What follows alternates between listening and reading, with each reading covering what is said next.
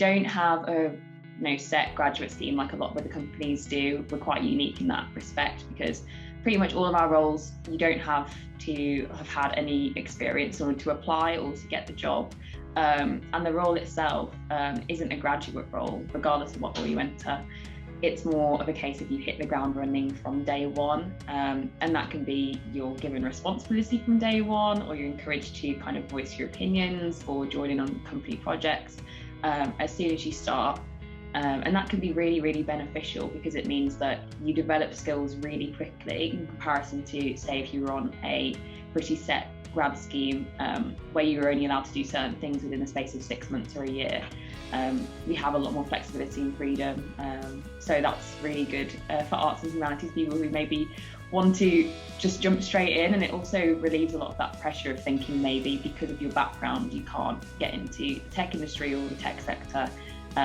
It allows for a lot more freedom in that respect.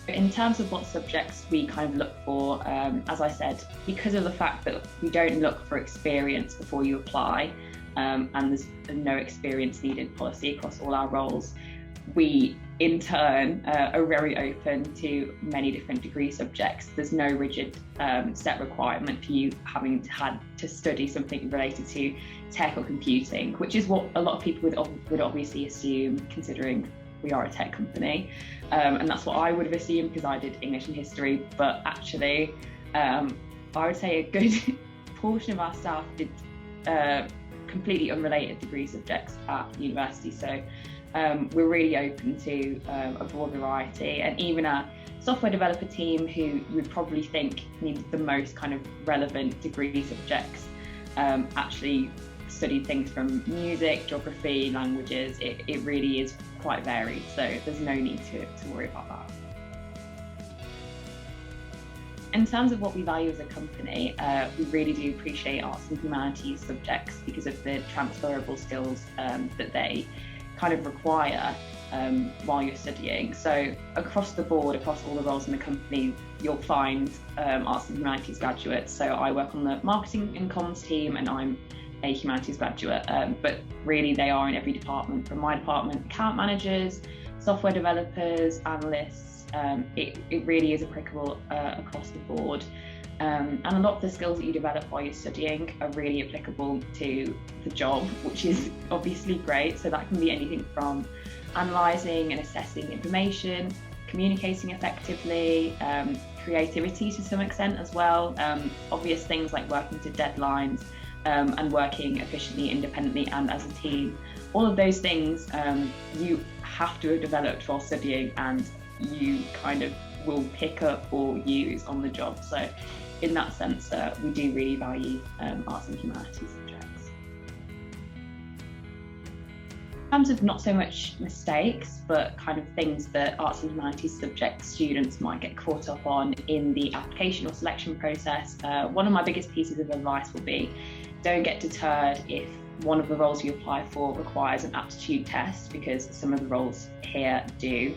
And it might be something you've never seen before, because it's just not something that you might come across as part of your degree. So one of my biggest pieces of advice is beforehand, if you have a test booked, to look at the examples on our website and elsewhere on the internet. There's loads of different examples, and just familiarise yourself with them, because it'll help on the day when you open the test to not get overwhelmed and kind of be seeing something completely alien for the first time, and it'll relax you so much. So I would definitely recommend that. And also just don't be afraid to let your personality and your personal interests shine through in your application and in your interview especially, because we really value who you are as a person just as much as your skills and what you have to bring to the table. So yeah, don't be shy of that, and just make sure you're confident, and there's no need to just overthink and just relax, basically. So in terms of what arts and humanities students can do to impress us at the interview stage, one of the biggest things is, though we're a tech company and that might make you slightly concerned because your background isn't in tech or computing, please don't be afraid to just let all of the value of your skills, interests, your personality shine through, because it doesn't actually matter that you haven't done anything related to tech or software before. That's not what we're looking for. We are very, very clear on that. We just want to know more about who you are and what you have to offer as a person and as a potential employee, and that's really what we're looking for. So please don't let that interfere with your confidence or make you overthink before the interview, because that confidence will really shine through. And second of all, just make sure that you feel relaxed in the interview, because there's nothing worse than building it up in your head and then kind of walking out of an interview and thinking you could have done better. So that's really what we're looking for. We want to see who you are as a person. So just remember that and just try and relax.